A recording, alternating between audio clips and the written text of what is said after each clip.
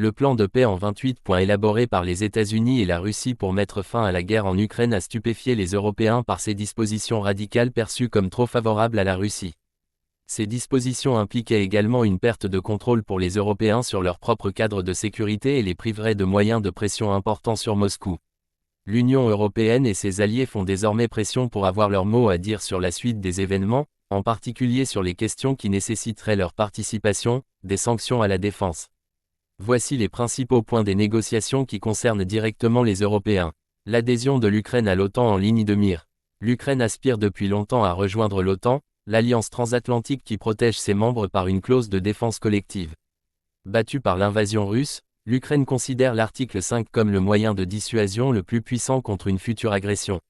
Au début de l'année, le secrétaire général Mark Rutte a parlé d'un « cheminement irréversible de l'Ukraine vers l'OTAN », mais la feuille de route pour l'Ukraine est loin d'être claire et ne fait pas l'objet d'un consensus parmi les alliés.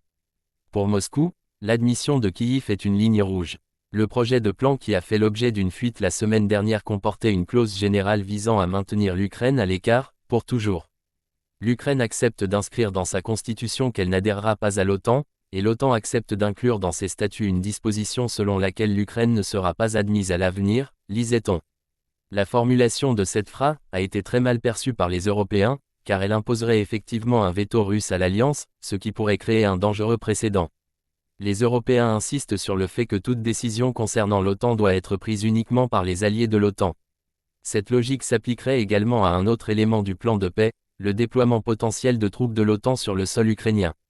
Cette idée a été initialement lancée par la « coalition des volontaires », dirigée par la France et le Royaume-Uni.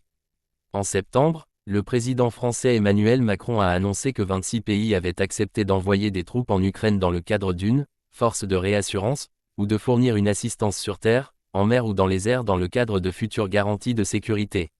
L'allègement des sanctions contre l'économie russe malmenée.